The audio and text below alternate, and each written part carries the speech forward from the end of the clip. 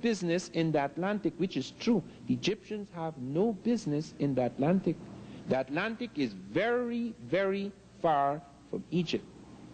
And Egyptian ships have no right in the Atlantic circa 800 BC. The reason why they are in the Atlantic at all, in the North Atlantic, is because of an unusual situation that is occurring in the Mediterranean at that point in time. It is very important, therefore, not only to study what was happening in Mesoamerica, but to study what was happening at that point in time in Egypt and Nubia. What you have is a war going on between Africa and Asia. The Asiatics are attacking everyone in the Mediterranean. They have smashed the Hittites. They have taken iron smelting process from the Hittites.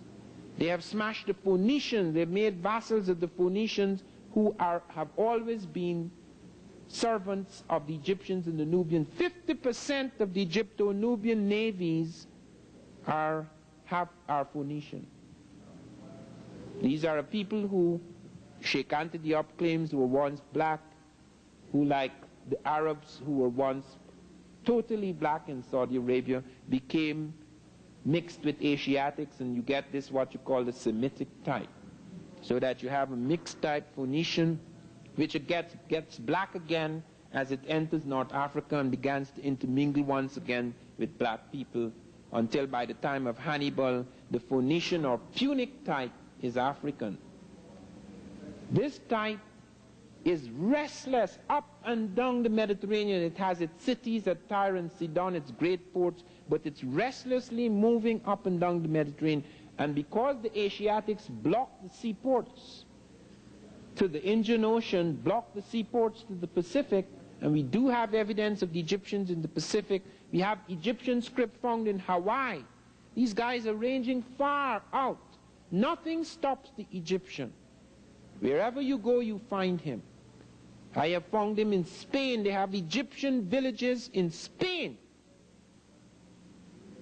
where Barifel has shown the cartouches of the Libyan kings around 1000 BC are found at Almunecar, Spain.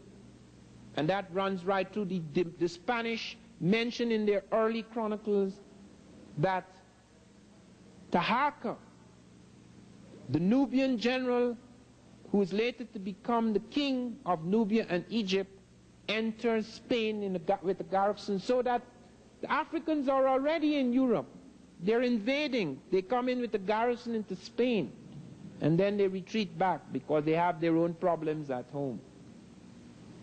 So that we have evidence of movements in the direction west of the Mediterranean towards Africa, towards that part of Africa. And more fleets were driven, both military as well as commercial fleets were driven west of the Mediterranean, because tin was needed for the bronze armies, because this was the late Bronze Age. Copper was needed in Cyprus, tin was needed. They went right up into the British Isles and the North Atlantic searching for tin. And around 600 BC we have the Phoenicians going from Ezion Geber and going right down and coming right across Africa, right round Africa, right back into the Mediterranean. The Europeans did not go into the Atlantic because the Europeans were terrified of the Atlantic. The Europeans spoke of the Straits of Gibraltar as if there were monsters in the sea. They did not attempt any movement in that area. But the Phoenicians did, and they were very much tied up, as I say, with African navies. That is the reason why many of the great heads have military helmets. Not all of them do, but they're distinguished by military helmets. They are a warrior dynasty, because this is a period of war.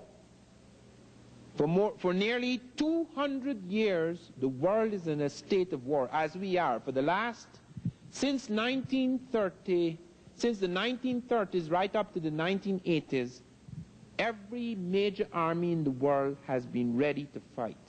We are in that state in which both the Africans and the Asiatics were. We cannot relinquish that state in this century until there actually is a war, which God forbid.